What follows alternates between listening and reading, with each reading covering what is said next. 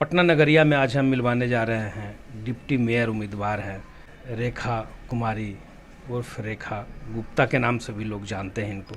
ये बेसिकली बाकरगंज दलदली रोड के निवासी हैं। ये पढ़ी लिखी बिजनेसमैन वर्किंग वुमेन हैं और डिप्टी मेयर के उम्मीदवार हैं और इसी 28 को चुनाव है। तो जी हाँ, आप लोगों से अपील है कि आएँ, घर से निकले बाहर और वोट करें और अपने कैंडिडेट को चुनें। तो आज हम इसी कड़ी में रूबरू करा रहे हैं रेखा जी से।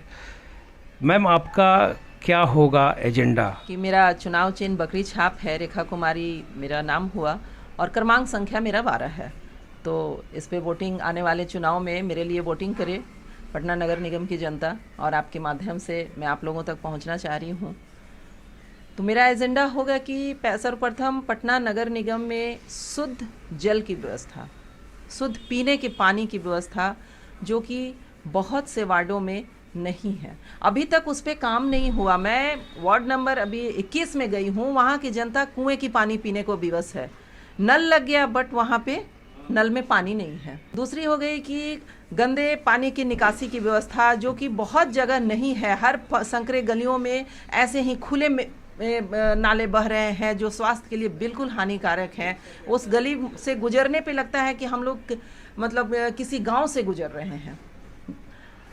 तीसरा हो गया कि स्ट्रीट लाइट की व्यवस्था। बहुत सी गलियां अंधेरे, जहां अगर अंधेरे में लोग गिर जाएं तो नाले में डूब जाएंगे, रात में कोई निकालने वाला भी नहीं होगा उनको।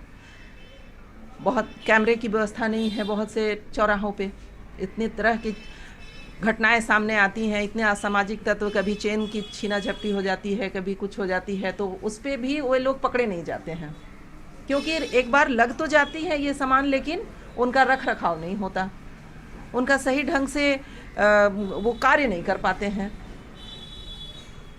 तो ये सब एजेंडे हैं जिन पे मैं काम करूंगी।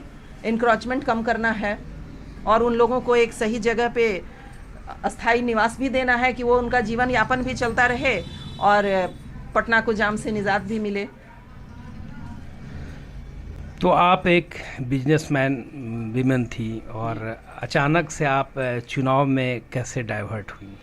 क्या लगा आपको? नहीं, अचानक से तो नहीं। जब मैं स्टूडेंट लाइफ में थी तब भी मैंने पॉलिटिकल साइंस की पढ़ाई की, तो ये तो बहुत पहले की इच्छा थी।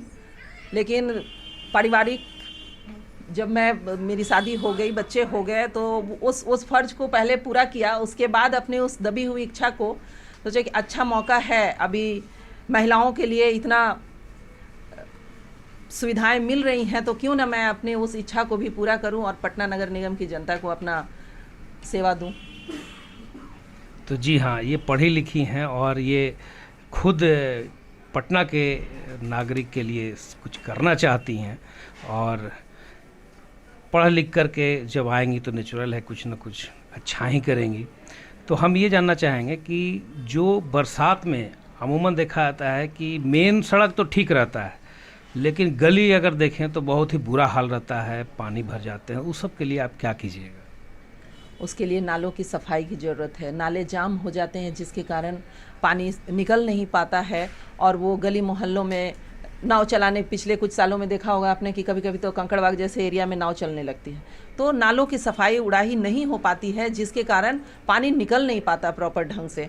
और चूँकि हमारा नगर निगम बहुत ही पुराना है, तो सब जगह प्रॉपर नालों की भी व्यवस्था नहीं है गलियों में, जिनके कारण पानी का जल जमाव हो जाता है।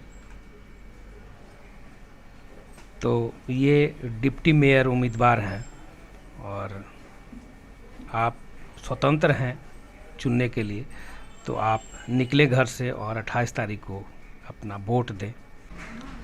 और पटना की जनता जनार्दन से अपील है कि आने वाले चुनाव में 28 तारीख को पटना नगर निगम की वोटिंग है, तो आप लोग ज़्यादा से ज़्यादा निकलें और वोटिंग करें और एक सही में डिप्टी मेयर का चुनाव करें।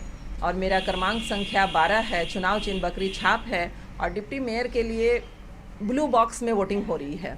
तो आपसे अपील है कि एक बार सेवा का मौका दें और अपना आशीर्वाद बनाएं।